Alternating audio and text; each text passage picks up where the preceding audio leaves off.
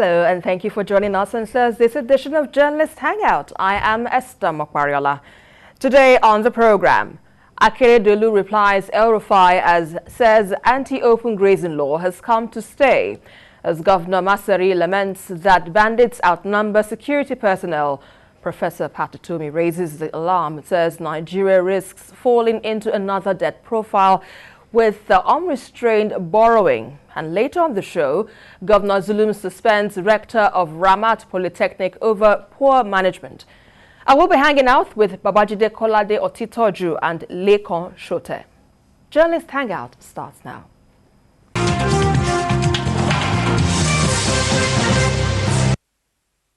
The smear campaign about the ban on open grazing by governors in southern Nigeria may just begin to get fiercer, responding to a comment by Governor Nasir El-Rufai of Kaduna State that anti-open grazing law passed by the Southwest governors isn't implementable.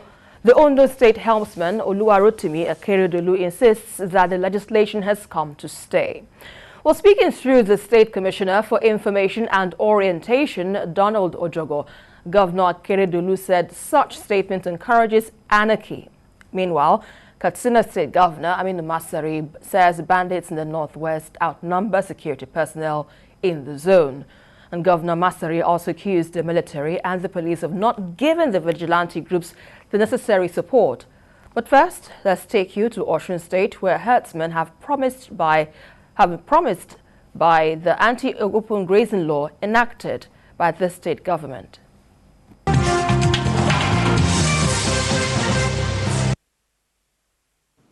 Osun State Governor recently signed into law the anti-grazing bill passed by the State House of Assembly. Now, the law is operational. The state government summoned a meeting with the Fulani elders to sensitize them on the reason for the enactment of the anti-open grazing law and the need to comply with it. Majority of those Fulani, they are not speaking Yoruba. Some of them does not even understand English. And there is a need for us to engage them, to enlighten them on the law, because the law is made for people, not for animals. So, and those people we are making the law for, there is a need for us to enlighten them on the content in that law. Critical stakeholders, including the Commissioner for Agriculture and the Special Advisor to the Governor on Security, attended the meeting.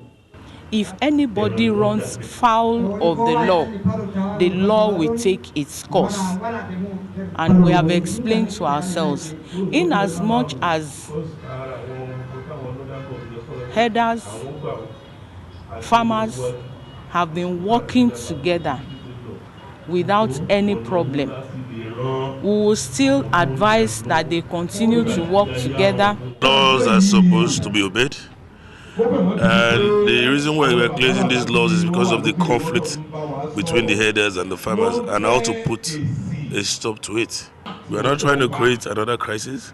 We are trying to find a solution to a major problem. In developed worlds, we don't see cattle being roaming the streets of their countries, and we travel there to go and see what's happening in these developed countries. Except for isolated cases, Osun has been relatively peaceful, and the elders expressed their readiness to sustain the existing peace with the farmers. We are happy that they convened this meeting because we believe the anti-open grazing law will make things more easier for us. We were born and brought up here. We never experienced crisis before now. The elders also promised to cooperate with the government by complying with all stipulations in the latest anti-open grazing law. Rafiu Hamid, TVC News, Osogbo. Well, let's get down to discussions as I have with me Babajide Kolade Otitoju and Lekon Shote. So let's begin with you now, Babajide. Well, let's start with what the governor of Kaduna State mentioned. Moving towards ranching, well, according to him, can't be done overnight. It requires a process, and the legislation, as a passage of the legislation, he believes can't be implemented. But what do you make of this argument, knowing that there should be a process and the legislation, well, according to him, is more for a political game, more or less? He said it's a political game. How would he feel if someone said all of those directives that he and his colleagues from the Northwest, colleague governors, gave, including stopping people from moving from one point to another, closing of cattle markets and the rest? How will Governor El-Rufai feel if someone said those moves were political? I mean, we accuse governors of not taking action, always waiting for Mr. President to do everything, this and that. Now, governors are taking steps to ensure that we have peace in their states. Yet, some of us will continue to complain. And amongst the governors, we have people who are complaining. I mean, it makes no sense. Let us even see whether this thing will work. And from what we have seen in Osun State, headsmen came out to say, look, we are ready to abide by this law. We want peace. We've lived in these communities for many years. You can see a Fulani man who is now looking extremely like a Yoruba man. With the surname of Abacha. Everything adopted. Some of them, they've been there for generations. Where do they go? It's just like going to Obalende or Agege here. Agege here and say, oh, anybody who is of Hausa Fulani extraction must leave. To where? Where do they go? We are the architects of our own misfortunes. We see the governor of Katsina State saying, look, we have to form vigilantes. 7 governors from the Northwest, they are coming together to form vigilantes. How will El-Rufai feel if someone said, no, that's just political, it's not implementable, it will not work? Why don't you just have the patience? Let us even see this thing take off. And of course, what El-Rufai said is not the truth. It's far away. Some of us are not as far away as he is. We are in position to monitor what's going on. And we can see that even these clashes have gone down. In Ondo State now, in the past, they used to see herdsmen roaming with cattle in broad daylight in the Akure areas. But today, in fact, a friend of mine was telling me that the last time he saw them was almost 5 months ago. Because you know that your cattle will be impounded. And already more than 50 cattle have been impounded. 3 suspects arrested in the last few weeks. If you are a first-time offender, what will happen is they will make you pay for the destruction that your cattle wrought on a farmland. Some form of restitution. But if you are not a first offender, you risk going to 3 years in jail. And these headsmen are saying, please, we don't want to go to jail. We are ready to pay some form of restitution for the destruction caused by our cattle. So, you trespass on people's farmland, you destroy a whole year's hard work. And you don't want, you think it won't lead to violence. That's why we have this violence. People like the governor of Kaduna State should just keep quiet.